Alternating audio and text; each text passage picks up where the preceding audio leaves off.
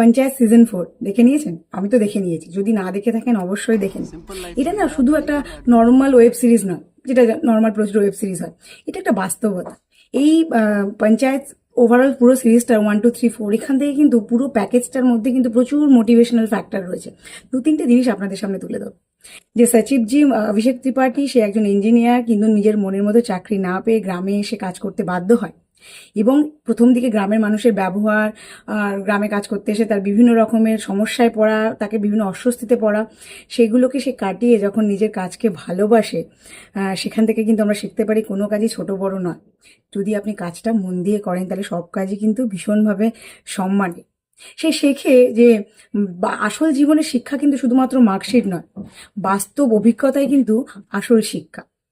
এই ওয়েব সিরিজে রিলেশনগুলোকে, সম্পর্ককে এমনভাবে দেখানো হয়েছে যেখানে অভিষেক ত্রিপাঠী একজন ইয়াং ছেলে, তার সন্ধ্যের পরে তার গ্রামে কোনো এন্টারটেনমেন্টের ব্যবস্থা নেই, কিন্তু অসমবয়সী প্রধানজি, উপপ্রধান যে প্রহ্লাদ চা এবং বিকাশ, হয়তো তার সমবয়সী বা তার থেকে ছোট হবে, তাদের চারজনের মধ্যেকার যে কেমিস্ট্রি দেখিয়েছে, একটা নিখুঁত বন্ধুত্ব, নিঃস্বার্থ বন্ধুত্ব দেখিয়েছে, সেটা কিন্তু আমাদের সকলেরই মনে প্রভাব বিস্তার করেছে। এবং প্রধানজির মেয়ের সঙ্গে তার যে প্রেমটা দেখানো হয়েছে, ভালোবাসার সম্পর্কটা দেখানো হয়েছে, সেটা কিন্তু আমার মনে হয় না লাস্ট কোনো ওয়েব সিরিজ আপনি আপনার ফ্যামিলির বড়দের সঙ্গে দেখতে পারবেন। এটা কিন্তু আমরা বড় ছোট সবাই মিলে কিন্তু এই সম্পর্কটা এনজয় করতে পারি।